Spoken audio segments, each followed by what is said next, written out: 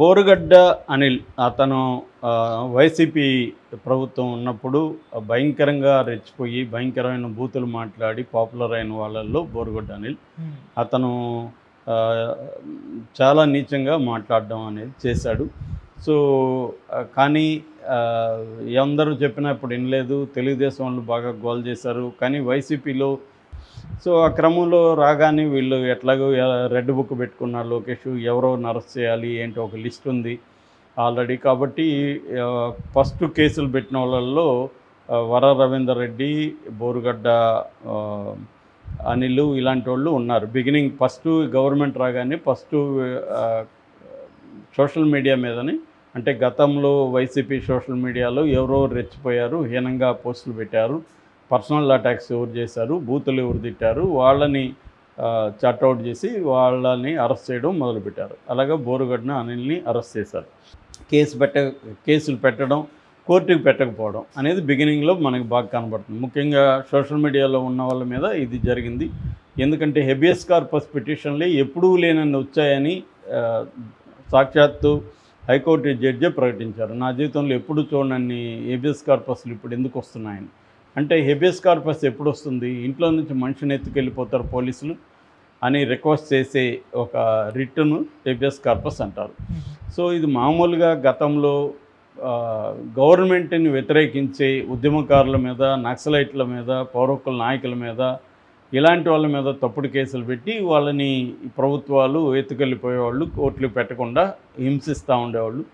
అప్పుడు habeas corpus పిటిషన్లు వేసేవాళ్ళు. ఇప్పుడేమవుతుంది, వాళ్ళకంటే కూడా ప్రతిపక్షాల మీద ఇవన్నీ పెట్టడం మొదలైంది. ప్రతిపక్షాలని మిస్సింగ్లు తీసుకెళ్ళడం, వాళ్ళని ఎక్కడున్నారో చెప్పకపోవడం, ఇది ఈ ప్రభుత్వం బలంగా చేస్తున్నట్టు మనకి తెలుస్తుంది.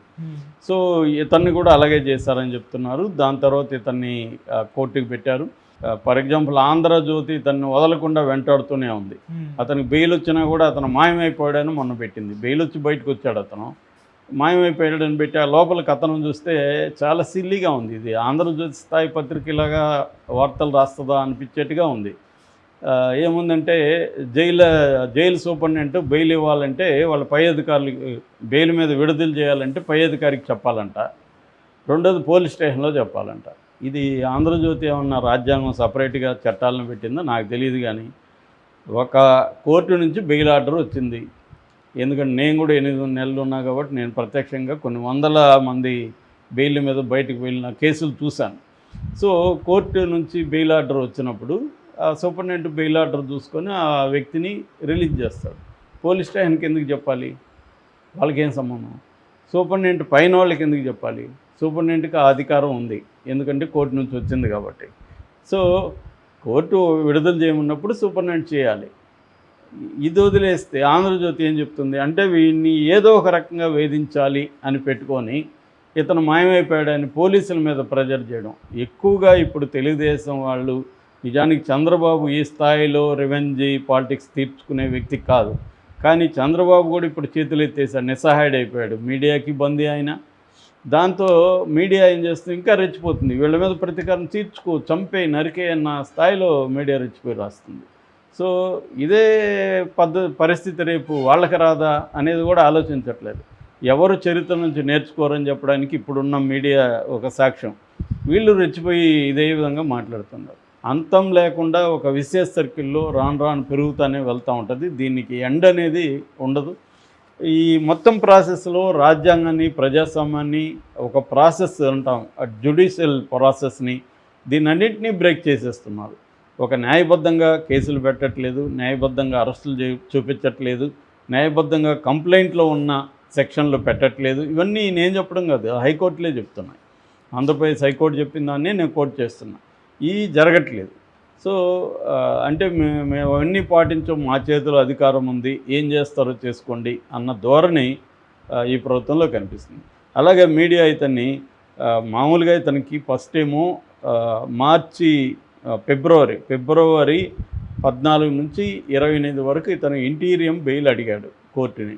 నేను దగ్గర ఉండాలి, మా అమ్మకి 4 కూతుళ్ళు, నేను ఒక్క కొడుకు, 4 కూతుళ్ళు పెళ్ళిళ్ళు అయిపోయింది కాబట్టి వాళ్ళు అటెండ్ అవ్వడం కష్టం అవుతుంది, నేను మా అమ్మను చూసుకోవాలి అని ఇతను కోర్టుకు వెళ్ళాడు. కోర్టు ఇతనికి 14 నుంచి 28 వరకు ఇచ్చింది. ఎందుకంటే కోర్టుకి తను మెడికల్ హాస్పిటల్ 12న వాళ్ళ మదర్ చేరింది. వాళ్ళ మదర్ హాస్పిటల్ అడ్మిట్ అయిన ఫామ్స్ అవన్నీ చూపించాడు. ఆమెకి ఓపెన్ హార్ట్ సర్జరీ అవ్వాలని డాక్టర్ ఇచ్చినవి అవన్నీ కోర్టుకి సబ్మిట్ చేశాడు.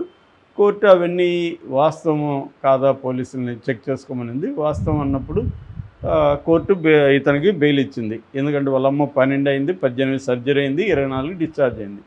తర్వాత కూడా ఎక్స్టెండ్ చేయమని తను అడిగాడు కోర్టుని, కానీ కోర్టు ఒప్పుకోలేదు. సో ఇతను 23వ తేదీ ఈవినింగే పోలీసులకి సరెండర్ అయిపోయాడు. ఎక్స్టెండ్ చేసుకొని బెయిల్ బయటకు వచ్చాడు.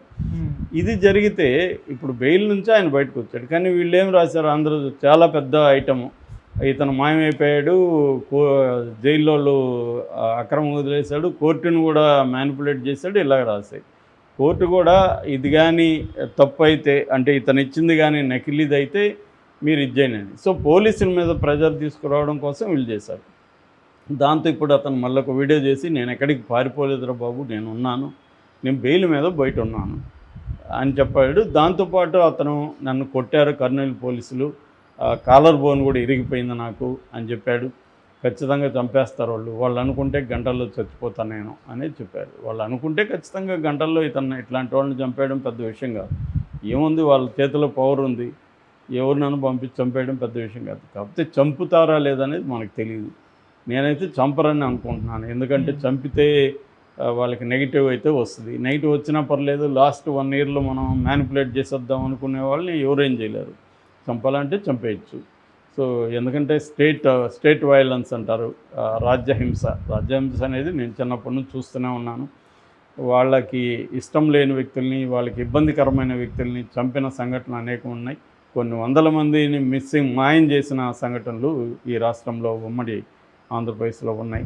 కాబట్టి ఇది జరగదని మనం ఏం చెప్పలేం. ఎందుకంటే ఇప్పుడు కూడా చూస్తే మొత్తం రాజ్యాంగ వ్యతిరేక, చట్ట వ్యతిరేక, సుప్రీంకోర్టు తీర్పుల వ్యతిరేక కార్యక్రమాలని ఈ ప్రభుత్వం చేస్తుంది. అరెస్టులు చేసేటప్పుడు వాళ్ళు అరెస్టు అవ్వాల్సిన నేరం చేశారా లేదా అనేది వేరే చర్చ. ఎందుకంటే 7 ఏళ్ల లోపల నేరం చేస్తుంటే అరెస్ట్ చేయకూడదని సుప్రీంకోర్టు అనేకసార్లు చెప్పింది.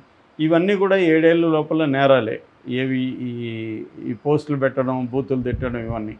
కానీ వీళ్ళు ఏం చేస్తున్నారు, వీళ్ళని బెయిల్ రాకూడదని చెప్పి ఒకటి నెంబర్ ఆఫ్ కేసులు పెట్టడం, సంబంధం లేని వాళ్ళు నా మనోభావాలు గాయపడ్డాయని, అది కూడా 4 ఏళ్ళ 5 ఏళ్ళకు ముందు పెట్టిన పోస్టులకి ఇప్పుడు గాయపడ్డాయని పెట్టడం. 2 ఇందాక చెప్పినట్టుగా లేని సెక్షన్లు పెట్టేయడం. అంటే కంప్లైంట్లో ఒక ఇచ్చుంటాడు, వీళ్ళు లేని అంటే 111 ఒకటి పెడుతున్నారు, క్రిమినల్ సిండికేట్ అని. రెండోది SC ST పెడుతున్నారు. ఈ 2 సెక్షన్లు. ఎందుకంటే ఇవి 2 సెక్షన్లు కూడా 7 ఏళ్ళ కంటే ఎక్కువ జైలు శిక్ష ఉండేదే కాబట్టి అరెస్ట్ చేయొచ్చు. రెండోది నాన్ బెయిలబుల్, రెండోది కాగ్నిజబుల్ అంటే కోర్టు పర్మిషన్ లేకుండా కూడా ఎవరినైనా అరెస్ట్ చేయొచ్చు. ఇది జరుగుతూ ఉంది. కాబట్టి ఈ అబ్బాయిని చంపుతారో లేదనేది మనం చెప్పలేము. కానీ అతను థ్రెట్ ఉందని చెప్తున్నాడు, ఆల్రెడీ నాకు కాలర్ బోన్ ఇరిగిందని చెప్తున్నాడు. కానీ కోర్టులు ఇట్లాంటివి కూడా పట్టించుకునే పరిస్థితి లేదు. కోర్టులైనా మన దేశంలో న్యాయమైన డబ్బు, అధికారం, పవరు ఉన్న వాళ్ళకి, అగ్రకులం సాంఘికంగా హోదా ఉన్న వాళ్ళకి మాత్రమే న్యాయం జరుగుతుంది తప్ప పేదవాళ్ళకి, దళితులకి, వీకర్ సెక్షన్కి